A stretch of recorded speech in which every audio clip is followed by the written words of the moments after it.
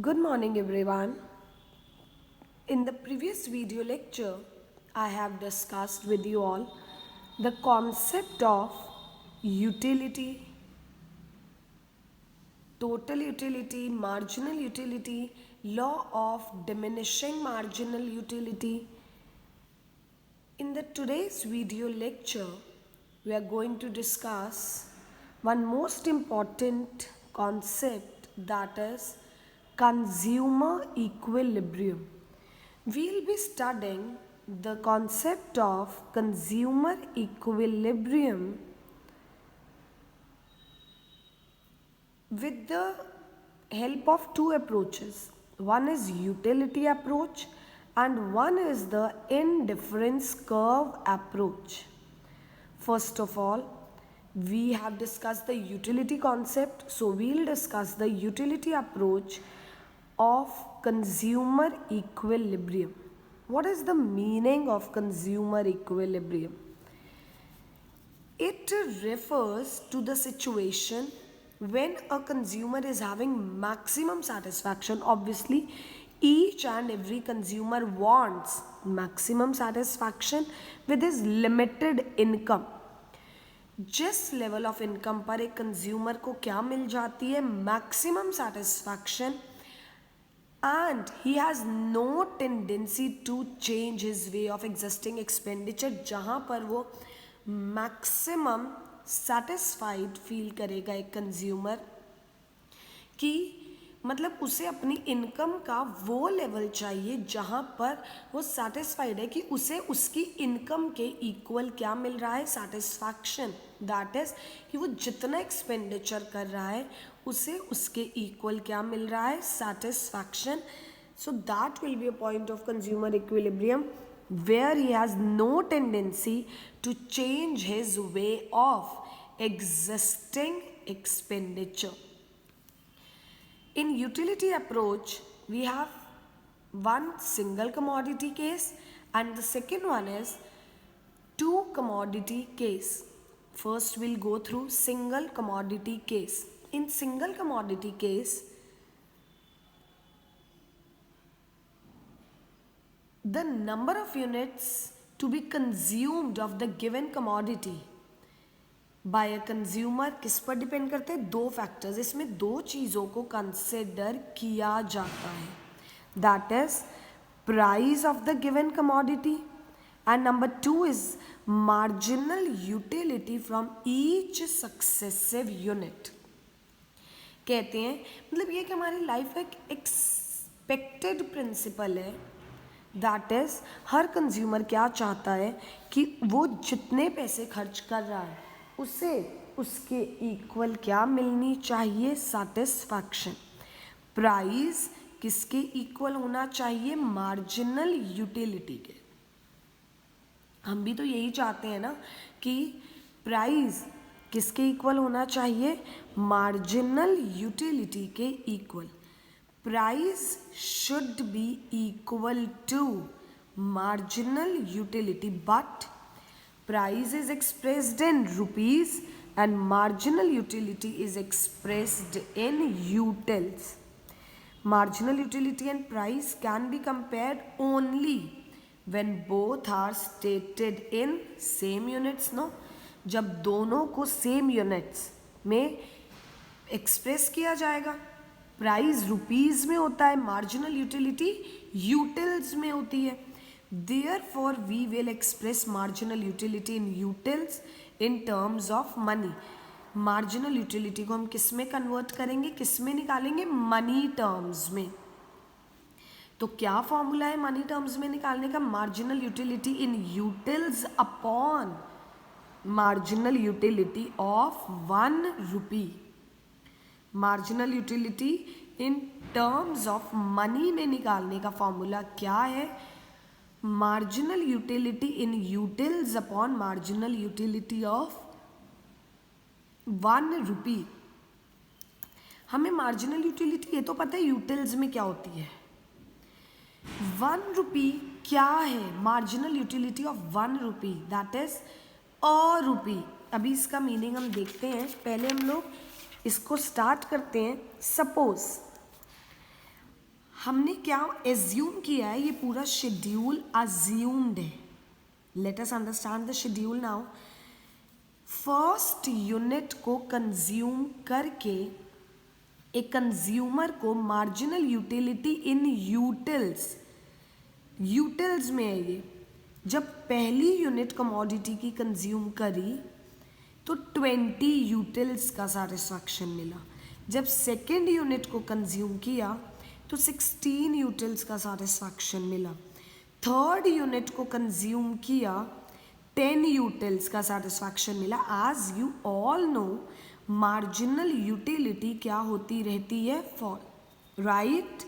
Marginal utility किस में given है, यूटिल्स में. मार्जिनल यूटिलिटी हमारे पास क्या होती रहती है, फॉल होती रहती है, राइट. हमारे पास फॉर्मूला क्या है, marginal utility of a product upon marginal utility of a rupee. अब हम देखते हैं अ रुपी का मतलब क्या है. Marginal utility of 1 rupee is the extra utility obtained when an additional rupee is spent on other good. 1 rupee का मतलब क्या है, marginal utility of 1 rupee is the extra utility obtained. extra अगर हम 1 rupee किसी और कमोडिटी पर खर्च करते हैं, ये सिर्फ हम अज्यूम करके चल रहे हैं. सपोज क्या है हमारे पास, अगर हमने नॉर्मल जो एग्जाम्पल लिया है वो हमने किससे रिलेटेड लिया है, ऑरेंजेस से रिलेटेड, कि फर्स्ट यूनिट से 20 यूटिल की क्या मिल रही है, सेटिस्फैक्शन. और हर एक ऑरेंज का प्राइस कितना हमने अज्यूम किया है, 10 रुपीज़ हमने अज्यूम किया है. हमने कितना अज्यूम किया है हर एक ऑरेंज का प्राइस, दैट इज 10 रुपीज़ हमने क्या किया है, प्राइस अज्यूम किया है. Is it clear. तो ये हर ऑरेंज का प्राइस कितना है, 10 रुपीज़. इसका मतलब है कि हमें 10 रुपीज़ में कितने यूटिल की सेटिस्फैक्शन मिल रही है, 20 यूटिल्स की. Is it clear. अब क्या है हमारे पास, marginal utility of a rupee. A rupee का मतलब क्या है, marginal utility of 1 rupee is the extra utility obtained when an additional rupee is spent on other goods. हमने अज्यूम किया कि अगर हम अदर गुड, सपोज बनाना ले लेते हैं, तो हमने इसको अज्यूम करना है 1 rupee से अगर हम 1 rupee किसी और कमोडिटी पर खर्च करते हैं तो हमें कितनी यूटिलिटी मिल रही है. हमने अज्यूम किया कि 1 rupee is equal to 1 util. 1 rupee is equal to 1 util. अब एक चीज़ देखो, 1 util की सेटिस्फैक्शन मिल रही है 1 rupee से, राइट. अगर हमें 20 util की चाहिए तो हमें कितने रुपए खर्च करने पड़ेंगे, 20 रुपीज़ खर्च करने पड़ेंगे. अगर हमें 20 रुपीज़ की चाहिए, ये किसका केस आया, बनाना का. अगर हमने 1 जो marginal utility of a rupees the extra utility, अगर हम किसी और जनरली अवेलेबल गुड पर अगर हम 1 rupee क्या करते हैं, खर्च करते हैं. यहाँ पर तो हमने एग्जाम्पल लिया ऑरेंजेस का. हमने अज्यूम किया 1 rupee is equal to 1 util. मतलब अगर हम अज्यूम कर रहे हैं सिर्फ कि अगर हम बनाना पर खर्च करते हैं तो हमने अज्यूम किया है कि 1 rupee में कितने यूटिल की सेटिस्फैक्शन मिल रही है, 1 यूटिल की क्या मिल रही है, सेटिस्फैक्शन मिल रही है, राइट. तो हमें 1 यूटिल की सेटिस्फैक्शन मिल रही है 1 rupee पर. अगर हमें 20 यूटिल की चाहिए तो हमें कितने रुपीज़ खर्च करने पड़ेंगे, 20 रुपीज़ हमें खर्च करने पड़ेंगे. बट ऑरेंज पर हमें 10 रुपीज़ खर्च करके 20 यूटिल की सेटिस्फैक्शन मिल रही है. That is marginal utility of a product upon marginal utility of a rupee is equal to, ये आ जाएगा. तो हमें 10 रुपये में 20 रुपीज़ के इक्वल सेटिस्फैक्शन मिल रही है। जैसे हम जनरली हम बोल नहीं देते कि हमारे किसी फ्रेंड ने कोई चीज़ खरीदी, वो कह रहा है कि मैंने ये चीज़ 500 में ली और हमने वही चीज़ सेम कितने में ली, 300 में। तो हम क्या कहते हैं कि हमें 300 रुपीज़ में 500 रुपीज़ के इक्वल सेटिस्फैक्शन मिला है। तो दैट इज़ हम इस तरह से MU in terms of money calculate करते हैं, MU of a product upon MU of a rupee. तो हमें 10 रुपये में 20 रुपये के इक्वल मिल रही है, तो हमारी सेटिस्फैक्शन ज़्यादा है, तो हम कमोडिटी अभी लेंगे। फिर हमें 10 रुपये में 16 रुपये की मिल रही है, तो भी हमारी सेटिस्फैक्शन ज़्यादा है, राइट, तो भी हम लेंगे। जहाँ प्राइस और marginal utility in terms of money equal आ जाएगा, तो वहाँ तक हम लोग कमोडिटी को कंज्यूम करेंगे। अब सेटिस्फैक्शन हमारे यहाँ उसके बाद कम हो गया है, तो हम ये नहीं कंज्यूम करेंगे, राइट। तो क्या है हमारे पास कि एक कंज्यूमर कितने यूनिट्स कंज्यूम करेगा, दैट इज योर एक consumer he will consume that is 3 units of a commodity. So what is written here, that is your, if the consumer spends his entire income on a single commodity, कहते हैं suppose the consumer wants to buy good X which is priced at ₹10 per unit, right, हमने assume किया 1 यूटिल is equal to 1 रुपी, ये हमारा schedule है। Consumer कहाँ पर equilibrium में है, MUX is equal to PX, first 3 units.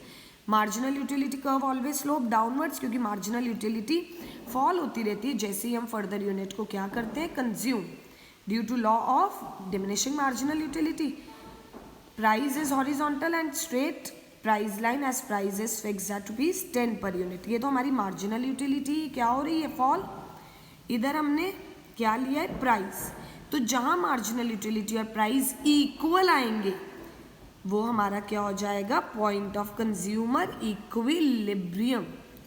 हमने मार्जिनल यूटिलिटी का डायग्राम बनाया था, प्राइस का ये बन गया, जहाँ दोनों इक्वल होंगे तो हम कितने यूनिट्स पर इक्वल आ रहा है, 3 यूनिट्स, ये यूनिट्स हैं। और इधर हमने क्या लिया है, MU एंड प्राइस, ये यूटिलिटी बना दी, और ये क्या है हमारे पास, प्राइस। तो 3 यूनिट्स पर कंज्यूमर को क्या मिल रहा है, maximum satisfaction. From the schedule and diagram it is clear consumer will be at equilibrium at point E when he consume 3 unit of commodity X, because इस पॉइंट पर MU of a commodity X is equal to price. He will not consume 4 units as MU is less than the price paid. He will not consume 2 units because MU is more than the price paid. So it can be concluded that a consumer in consumption of a single commodity will be at equilibrium when marginal utility is equal to the price. Is it clear? Marginal utility जब किसके equal होगा, price के equal. हम क्या कहते हैं, that is your 1 rupee. हमने कितना assume, marginal utility of a rupee का मतलब क्या होता है, अ रुपी, 1 रुपी से हमें कितनी सेटिस्फैक्शन मिल रही है, that is marginal utility in terms of money is equal to ₹1, कि 1 रुपये से हमें जो भी मतलब मनी टर्म्स में सेटिस्फैक्शन मिल रही है, तो marginal utility in terms of money is equal to ₹1। 1 rupee में हमें कितने की सेटिस्फैक्शन मिल रही है, इज इक्वल टू 1 यूटिल की। तो कितने यूनिट्स वो कंज्यूम करेगा, that is he will be consuming 3 units, because at this point consumer equilibrium, that is MUX is equal to PX, right? So this was the concept of consumer equilibrium in case of a single commodity. This is one of the most important topic. Kindly go through the topic. Thank you. Take care. God bless you all.